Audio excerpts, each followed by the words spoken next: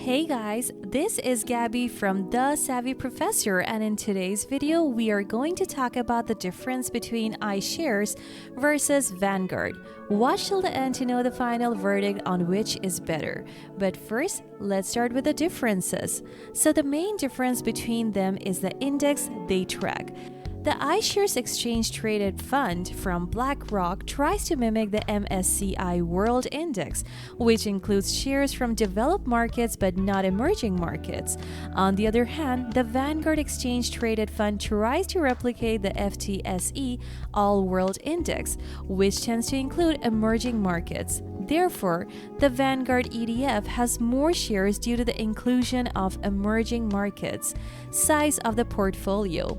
iShares tends to be less diversified, having 10 of its highest stocks accounting for about 21% of the portfolio.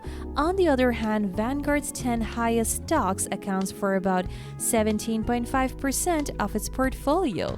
Therefore, Vanguard is more diversified than iShares. Earnings. iShares has a price-to-earnings ratio of about 17.4 times, with its fees costing 0.2%. On the other hand, Vanguard has a price-to-earnings ratio of about 17.4, with its fees costing 0.22%. Therefore, Vanguard has a lower price-to-earnings ratio compared to iShares. But do they have similarities? Yes, they do. Both iShares and Vanguard ETFs are very liquid, meaning the bid-offer spread is minimal on both. Also, both funds have similar yields of around 2%. They also physically own the shares they invest in. So to sum up, which one is better? I like the Vanguard ETF better than the iShares because of its diversity. The diversity with Vanguard mitigates the issues that might arise from company-specific issues.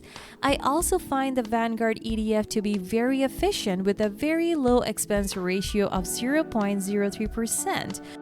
On the other hand, iShares has a higher expense ratio of 0.06%. I also find the management fees to be higher, which adds up in the long run. I also find the iShares fund to be more unstable since it focuses on small companies that might have uncertain profitability. Overall, as an investor, I tend to lean more towards the Vanguard ETF since I use it as a base to support other high-conviction individual stocks. I also like the fact that Vanguard is diversified with a global portfolio than iShares.